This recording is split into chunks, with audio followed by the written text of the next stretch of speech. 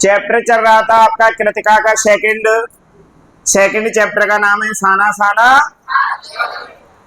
Question number कौन सा चल रहा है? 9। तो क्वेश्चन लिखे हैं प्रकृति ने, क्वेश्चन लिखे हैं प्रकृति ने जल संचय की व्यवस्था, प्रकृति ने जल संचय की व्यवस्था, प्रकृति ने जल संचय की व्यवस्था किस प्रकार की है? क्वेश्चन है आपका प्रकृति ने जल संचय की व्यवस्था किस प्रकार की है। आगे लिखें शाना साना हाथ जोड़े, क्वेश्चन में लिखें आगे शाना साना हाथ जोड़े पाठ के आधार पर समझाइए। साना साना हाथ जोड़े पाठ के आधार पर समझाइए।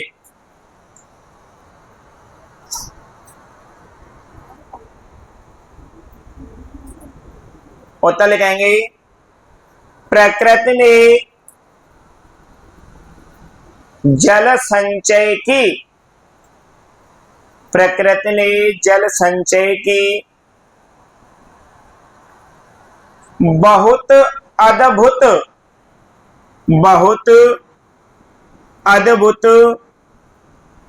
व्यवस्था की है। प्रकृति ने जल संचय की बहुत अद्भुत व्यवस्था की है।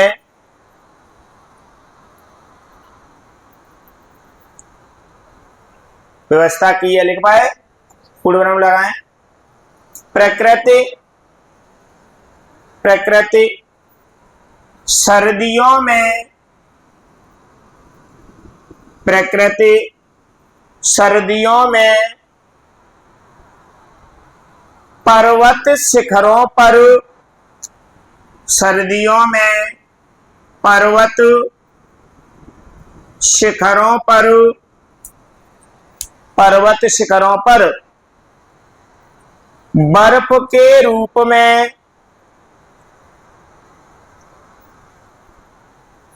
बर्फ के रूप में गिरकर, बर्फ के रूप में गिरकर जल का भंडारण करती है।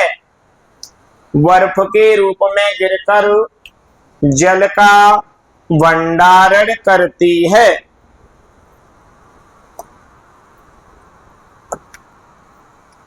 जल का भंडारण करती है।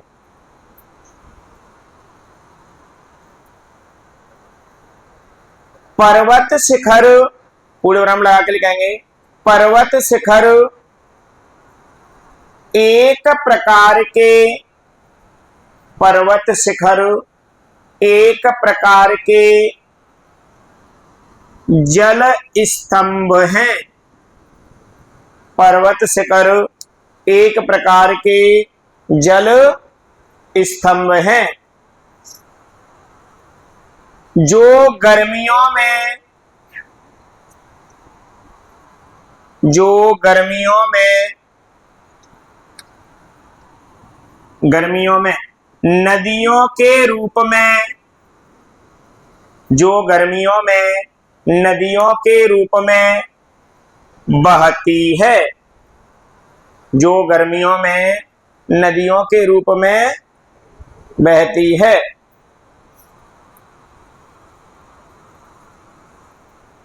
पूर्ण विराम लगा के लिखेंगे यह जलधारा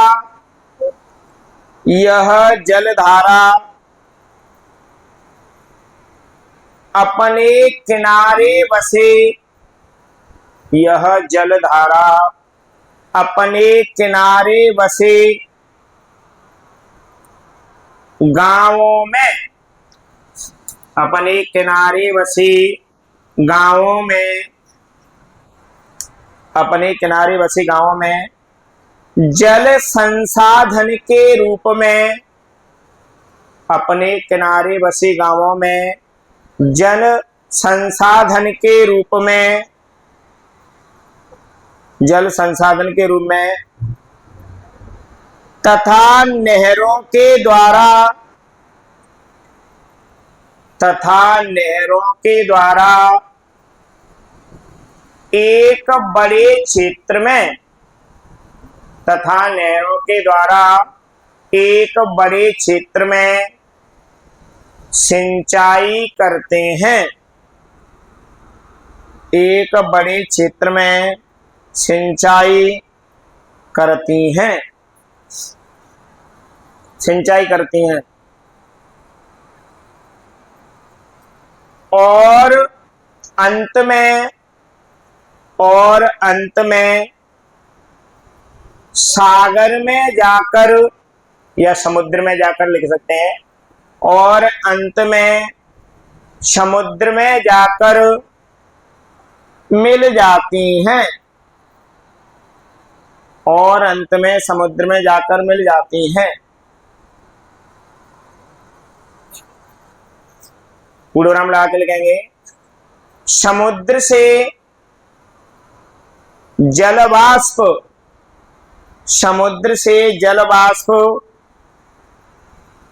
बादल के रूप में, समुद्र से जलवाष्प बादल के रूप में उड़ते हैं। जलवाष्प, समुद्र से जलवाष्प बादल के रूप में उड़ते हैं।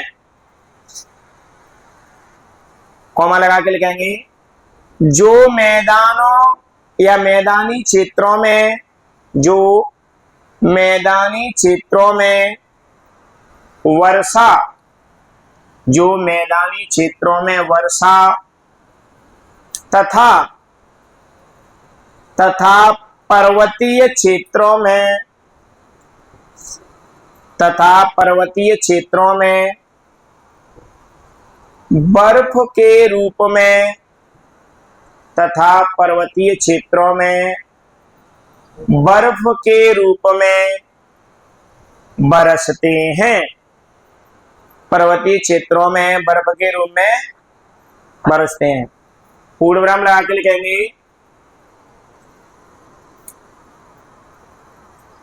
इस प्रकार जल चक्र द्वारा, जल चक्र को कैरी चिन्ह में बंद करेंगे, इस प्रकार जल चक्र द्वारा प्रकृति ने, इस प्रकार जल चक्र द्वारा प्रकृति ने जल संचय, प्रकृति ने जल संचय तथा वितरण की व्यवस्था की है। जल संचय तथा वितरण की व्यवस्था की है। यहां तक सब लिख पाए? बोलते क्यों नहीं है? अभी भूख लग रही है 9 बजे। यस सर, तो ऐसे बोल रहे हैं, खाना रखो हमारे पास।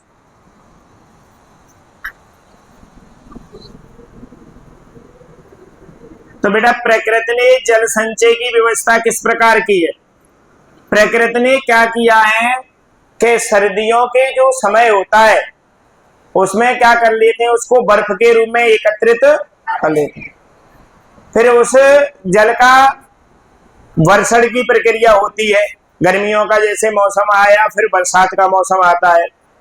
तो जो प्रकृति की व्यवस्था है जल संचय की, वो बहुत ही अद्भुत है। इसमें क्या है कि कोई भी कृत्रिम माध्यम नहीं है, किसी मनुष्य का काम नहीं रहता है, इसे प्रकृति खुद ही करती है। ठीक है, तो जल संचय में क्या होता है कि गर्मियों के टाइम में जो जल नदियों के द्वारा बह करके आया उसका क्या हुआ, बाष्पीकरण हुआ, और बाष्पीकरण होकर के उसका क्या हो जाता है, फिर बादल बन जाते हैं, और बादल बन के फिर उसका क्या होता है, वर्षण होता है। अगला क्वेश्चन लिखेंगे, देश की सीमा पर, देश की सीमा पर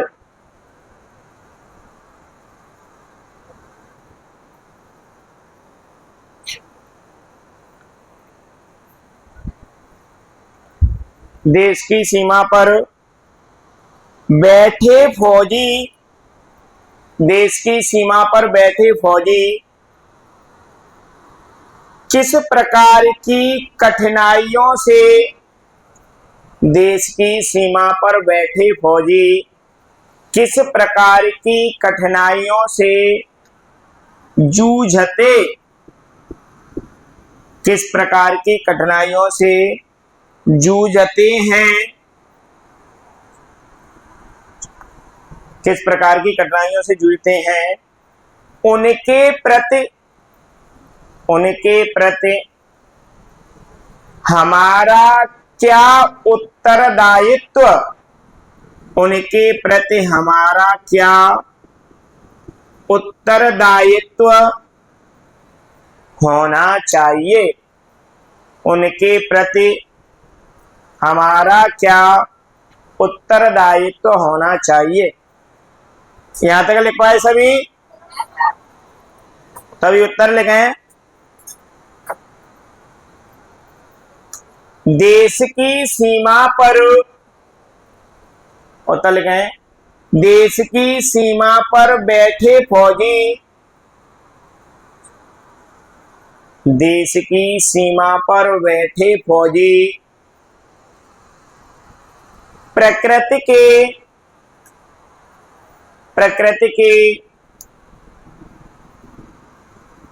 प्रकोप, प्रकृति के प्रकोप को सहन करते हैं, प्रकृति के प्रकोप को सहन करते हैं।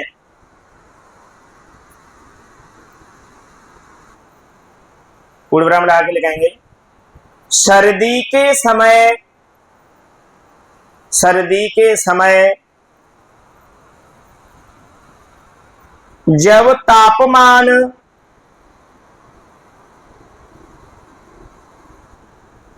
सर्दी के समय जब तापमान 0 से 20, ऐसे लिखें, 0 से 20 डिग्री या 25 डिग्री सेल्सियस, 0 से 20 डिग्री या 25 डिग्री सेल्सियस नीचे चला जाता है, 20 से 25 डिग्री सेल्सियस नीचे चला जाता है,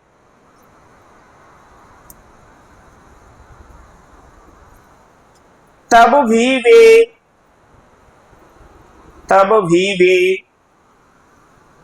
सीमा पर डटे रहते हैं, तब भी वे सीमा पर डटे रहते हैं।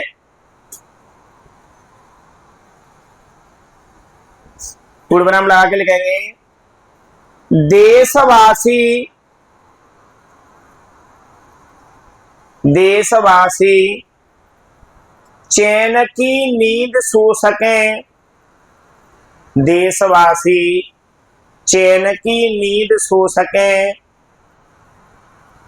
इसलिए वे, देशवासी चैन की नींद सो सकें, इसलिए वे रात दिन जागते रहते हैं, इसलिए वे रात दिन जागते रहते हैं।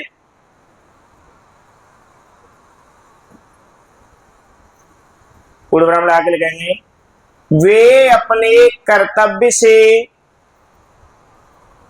वे अपने कर्तव्य से विमुख नहीं होते हैं,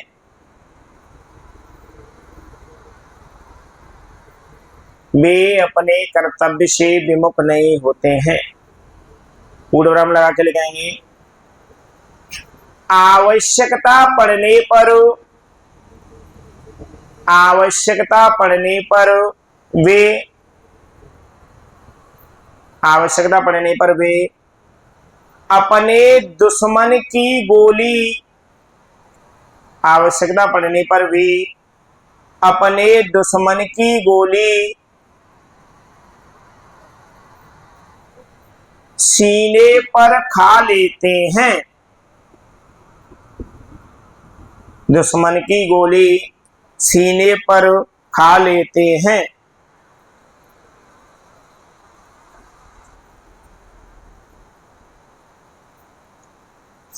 पैराग्राफ चेंज करके लिखेंगे, देश के रक्षक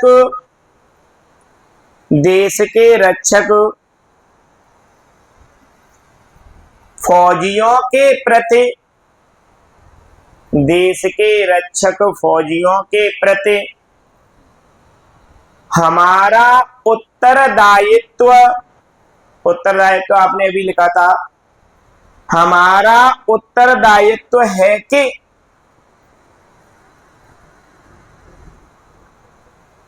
हमारा उत्तरदायित्व है कि हम उनके प्रति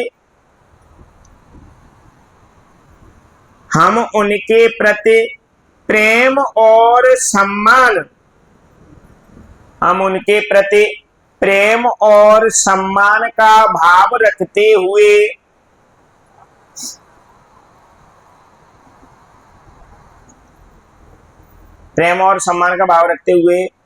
उन्हें हर प्रकार की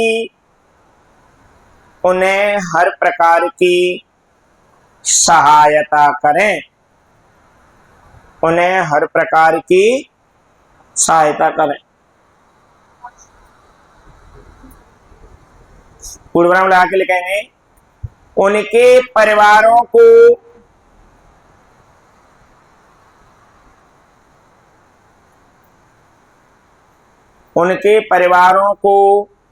और उनके बच्चों को,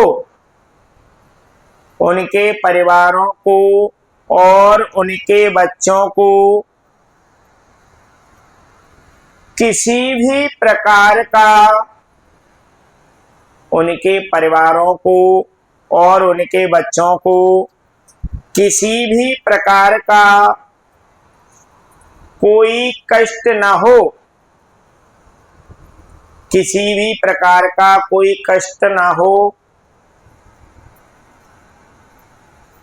ये हमारा कर्तव्य है, यह हमारा कर्तव्य है।